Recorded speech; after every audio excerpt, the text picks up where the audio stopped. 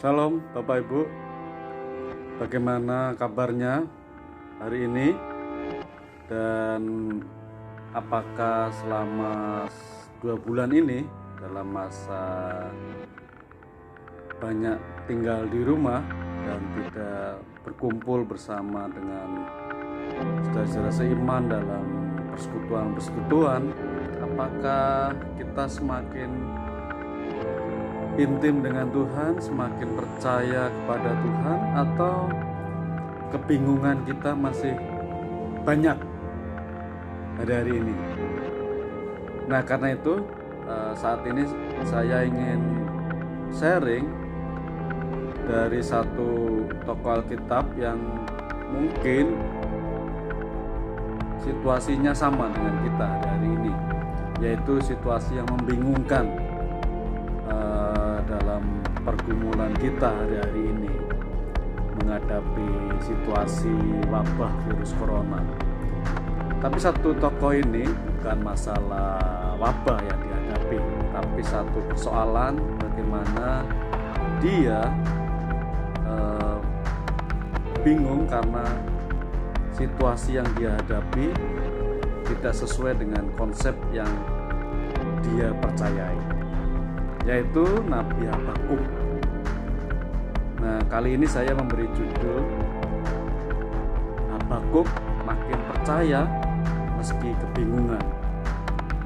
Nabi Habakuk, Bapak Ibu, melayani Tuhan sebagai nabi di kerajaan Yehuda pada masa awal pemerintahan Raja Yoyakim, kurang lebih antara tahun 606 sampai 605 sebelum Masehi.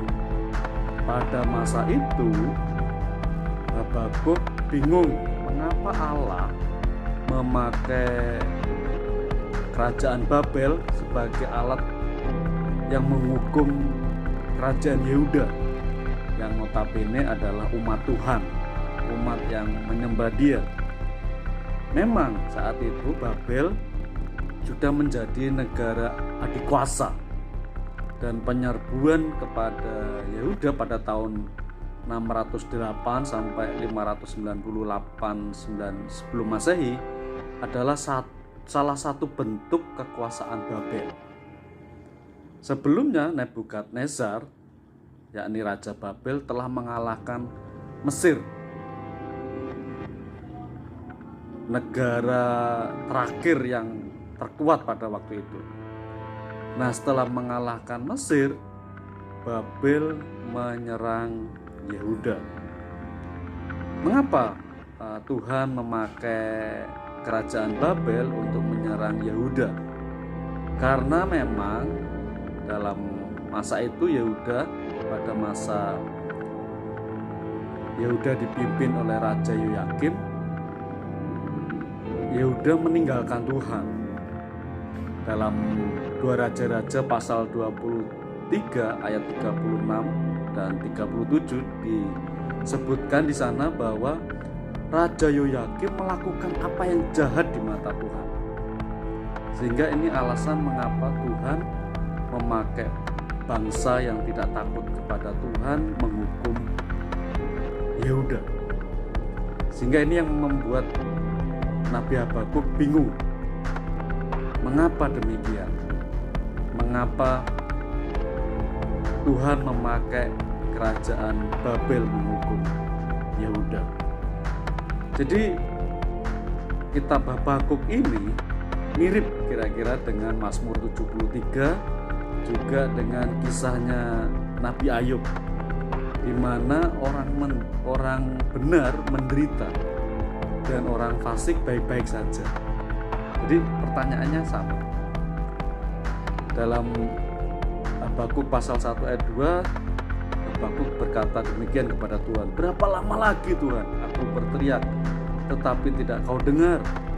Aku berseru kepadamu, penindasan, tetapi tidak kau tolong." Ayat 3, "Mengapa engkau memperlihatkan kepadaku kejahatan, sehingga aku memandang kelaliman? Ya, aniaya dan kekerasan ada di depan mataku. Perbantahan dan pertikaian terjadi. Itulah sebabnya hukum kehilangan kekuatannya dan tidak pernah muncul keadilan.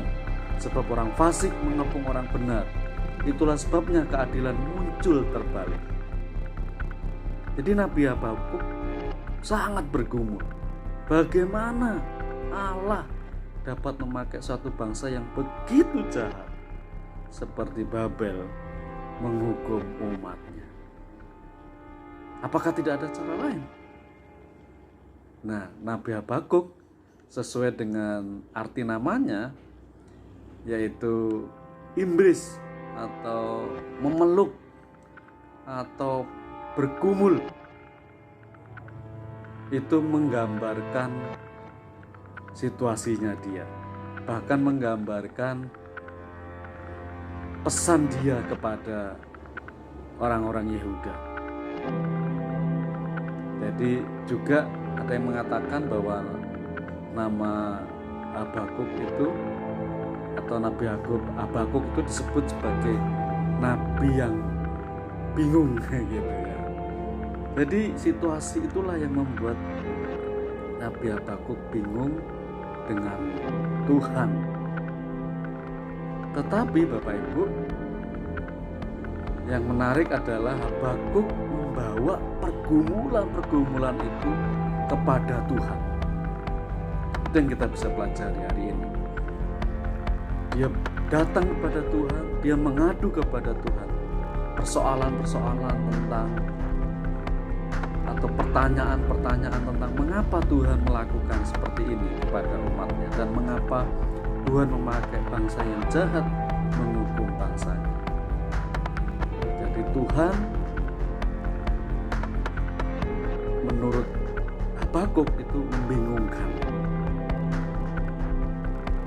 Nah, ketika Nabi Habakuk datang kepada Tuhan, Tuhan menjawab kepada dia yang intinya, sesungguhnya orang yang membusungkan dada tidak lurus hatinya, tetapi orang yang benar itu akan hidup oleh percayanya, dalam pasal 2 ayat 4. Dan hal itu juga yang disampaikan Habakuk kepada orang-orang Yehuda, bahwa Allah akan bertindak melawan semua kefasikan pada saat itu. Sementara itu pasti orang benar akan hidup oleh percaya. Dan satu pesan yang penting lagi dari Nabi Habakuk, meski itu dalam bentuk doa kepada Tuhan, pesan Habakuk kepada orang-orang Yehuda yang tertinggal, yang sisa itu adalah Tuhan pasti menolong orang benar serta menghukum orang fasik. Dalam pasal 3 ayat 12 sampai 13 dikatakan seperti ini, dalam kegeraman engkau melangkah melintasi bumi, dalam murka engkau menggasak bangsa-bangsa, engkau berjalan maju menyelamatkan umatmu, untuk menyelamatkan orang yang kau urapi. Engkau meremukkan bagian atas rumah orang-orang fasik, dan kau buka dasarnya sampai batu yang penghabisan. Dan Tuhan juga menolong orang-orang yang benar. Itu dipastikan oleh Nabi Habakuk. Nabi Habakuk kembali mengajak orang-orang Yehuda untuk percaya kepada Tuhan.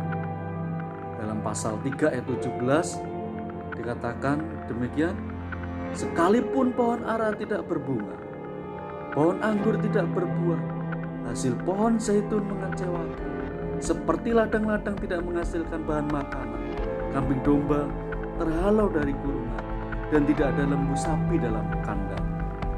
Ayat 18, namun aku akan bersorak-sorak di dalam Tuhan, beria-ria di dalam Allah yang menyelamatkan aku. Ayat 19, Allah Tuhanku itu kekuatanku, Ia membuat kakiku seperti kaki rusa, Ia membiarkan aku berjejak di bukit-bukit. Menarik bukan?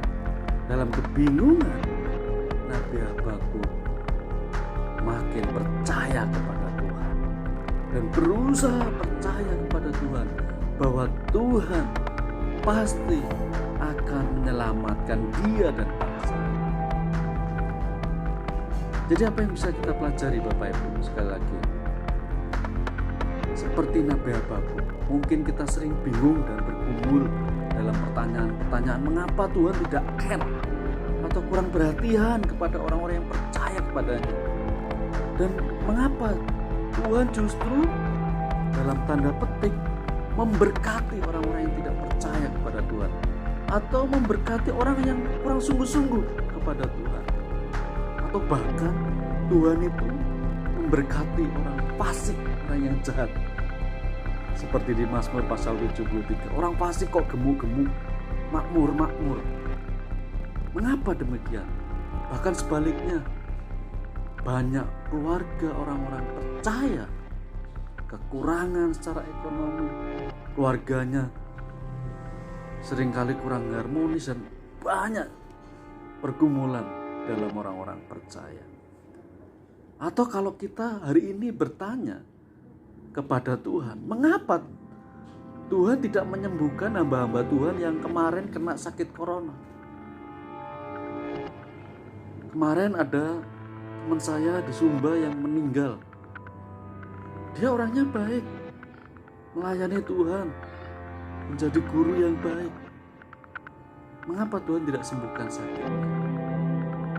Dia panggil kembali, dan dengan meninggalkan anak yang masih belum genap 1 tahun. Kasihan bukan? Membingungkan bukan? Tapi itulah yang terjadi dan misteri, dan kita harus tetap percaya kepada Tuhan. Bapak Ibu, sampai pergumulan-pergumulan kita membuat kita harus tetap percaya kepada Tuhan lagi. Jangan sampai dalam pergumulan itu kita justru menjauh kepada Tuhan. Iman kita diuji oleh hal-hal seperti itu. Ingat Bapak Ibu, bahwa orang yang benar itu akan hidup oleh percayanya. Jadi mari kita terus belajar berharap pada Tuhan. Meskipun pergumulan kita silih berganti, seakan tiada henti. Dalam kebingungan itu, marilah kita meresponi ajakan Nabi Habakuk. Dalam pasal 3 ayat 17, sekalipun pohon ara tidak berbunga, pohon anggur tidak berbuah, hasil pohon zaitun mengecewakan, sekalipun ladang-ladang tidak menghasilkan bahan makanan, kambing domba terhalau dari kurungan, dan tidak ada lembu sapi dalam kandang, namun aku akan bersorak-sorai di dalam Tuhan, beria-ria dalam Allah yang menyelamatkan aku. Allah Tuhanku itu kekuatan. Semoga ini menjadi kekuatan bagi kita dalam pergumulan kita, dalam kebingungan kita.